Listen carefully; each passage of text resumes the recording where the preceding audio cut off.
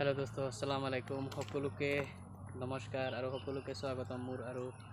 এই ইউটিউবৰ 2 number video' হ'ব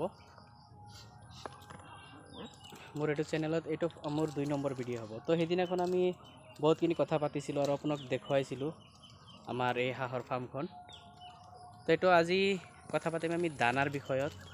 আৰু এই হাঁহবিলাক কেনেদৰে আমি পুহি আছোঁ পালন পোষণ কৰি আছোঁ সেইটোৰ বিষয়ে অলপ নলেজ পাব যদি আপোনালোকে শেষলৈকে ভিডিঅ'টো চায় তো অলৰেডি মই সেইদিনাখন দেখাইছোঁ মোৰ ঘৰ আৰু মই ক'ত হাঁহখিনি গা ধুই বা কিদৰে আমি পানীৰ ব্যৱস্থা কৰিছোঁ এইটো অলৰেডি আপোনালোকে চাইছে তো দানাৰ বিষয়ত বিশেষ আপোনাৰ বহুত বেছি দানা নাখায় যেনেকুৱা আপোনাৰ কালাৰ পেকিং বা পাতি হাঁহ ইণ্ডিয়ান ৰানাৰ হাঁহ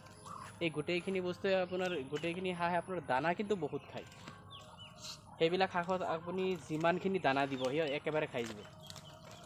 আপোনাৰ থৈ নিদিয়ে অভাৰ হ'লেও খাব খাই পিছত লাগিলে বমি কৰিব কিন্তু খাব আৰু আমাৰ এই হাঁহবিলাকৰ কেইটামান গুণ আছে এই হাঁহবিলাকে এক নম্বৰ কথা আপুনি ঘৰৰ লগতো যদি এটা ঘৰ বনাই ৰাখে একদম ওচৰতে কোনো ঝামেলা নাই কোনো হাল্লা নকৰে ইহঁতে একদম লাহে লাহে হাল্লা কৰিব চাব যে এটা মাতো নাই ইয়াত বহুকেইটা আছে প্ৰায় পোৱালি ছোৱালী মিলাই প্ৰায় 100 হ'ব ঠিক আছে তো ইয়াত আপোনাৰ কোনো ধৰণৰ হাল্লা চিল্লা নাই আৰামছে খাই থাকে আৰু এই বস্তুখিনি চাওক যে এইটো পুখুৰীত পানীত যেটো হয় কচু কি বুলি কয় ভালকৈ নাজানো ফেন কচু না কি কয় তো এইটো আমি দিনৰ ভিতৰত এক টাইম ধান খুৱাওঁ আৰু এক টাইম দানা মানে আপুনি দানাটো আৰু ধান একেলগত মিক্স কৰি দিলে হয় আৰু যদি আপুনি কয় যে না মই এক টাইম দানা দিম তেনেহ'লে আপোনাৰ 40 গ্ৰাম হিচাপত এটা হাঁহক 40 গ্ৰাম এটা মেজাৰমেণ্টত দিব লাগিব এক টাইমত 2 টাইম দিলে 80 গ্ৰাম তো আমার সিস্টেম হয়েছে কোনটো যে মই একেবারে দি দিও যে আপনার গোটেই দিনত 2 বার দানা দিলে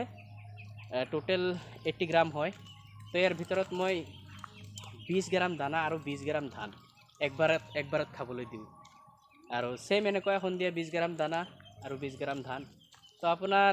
একবাৰত যেটো খৰচা আহে একবাৰ খৰচাটো আহি যায় প্ৰায় আপোনাৰ ধৰক এই গোটেই কেইটাৰ আৰু যেটো আমি হিসাব দিছোঁ যে আপোনাৰ একজেক্ট 80 গ্ৰামো নালাগে কাৰণ এতিয়া সৰু ডাঙৰ আছে তো সেই হিসাবত মই মানে মোটামুটি ধৰক 2 কেজি ধান 1 কেজি দানা এইকেইটা দি আছোঁ টোটেল হাঁহ হৈছে আপোনাৰ ইয়াত পোৱালি ছোৱালী মিলাই সব 110টা পোৱালিকেইটাও খায় দানা নাখায় বুলি এনেকুৱা নহয় কিন্তু আমাৰ মেইনটেনেন্স হৈ যায় এই যে কচুবিলাক চাইছে কচু বা আপুনি দুপৰীয়া অলপ গাছ চাহ থাকিলে কাটি আনি দিব পাৰে ধুনীয়াকৈ খায় কোনো ঝামেলা নাই খোৱাত কোনো ঝামেলা নাই যেটো দিব এইটোৱে খাব এইটো যদি নিম পাতো আনি পেলাই দিয়ে সেইটো খাই দিব তো আপনার লাগভগ কষ্ট আহে আমার একবারত আহে একবার হয়েছে আপনার যদি হিসাব করে তো 1 কেজি দানার দাম হয়েছে আপনার 30 টাকা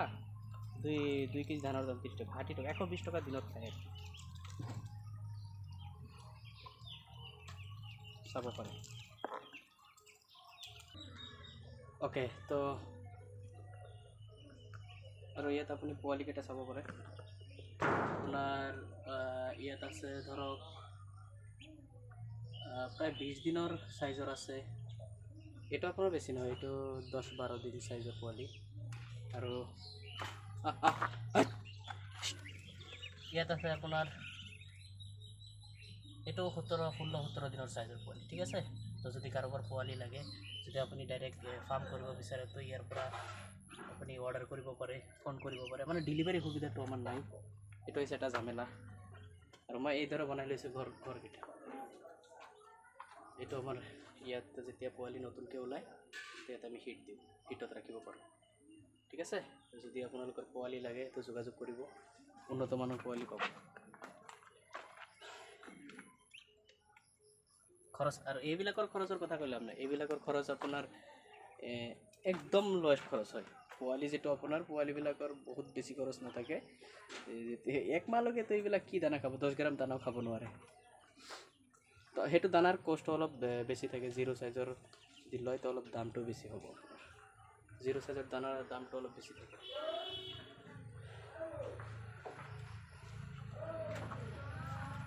তো ঠিক আছে